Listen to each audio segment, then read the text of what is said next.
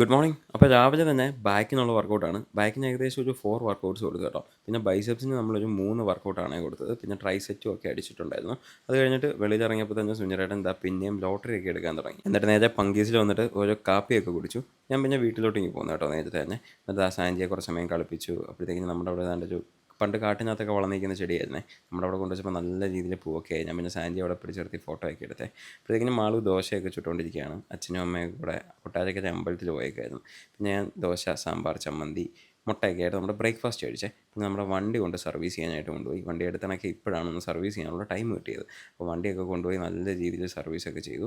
ചെയ്ത് കഴിഞ്ഞതിൻ്റെ ഇടയ്ക്ക് ഞാൻ പോയി ജസ്റ്റ് ഒരു കോഫിയൊക്കെ കുടിച്ചിട്ട് വന്നപ്പോഴത്തേക്ക് ഞാൻ ഒരു പണിയെല്ലാം കഴിഞ്ഞ് അവിടെ ഇട്ടിട്ടുണ്ടായിരുന്നു. നല്ല വൃത്തിയായിട്ടൊക്കെ തന്നെ ചെയ്തു കേട്ടോ. അടിപൊളിയായിട്ടാണ് ചെയ്തു തന്നത്.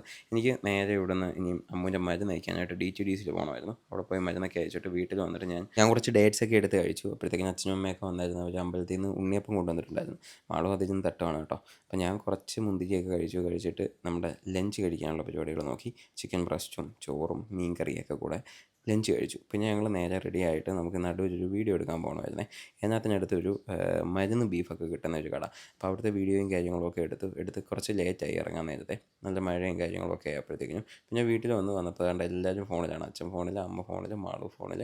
പിന്നെ ഞങ്ങൾ നേരെ ഡിന്നറും കഴിച്ചിട്ട് പോയി കിടന്നുറങ്ങി. അപ്പോൾ അത്രേ ഉള്ളൂ. Okay, bye bye.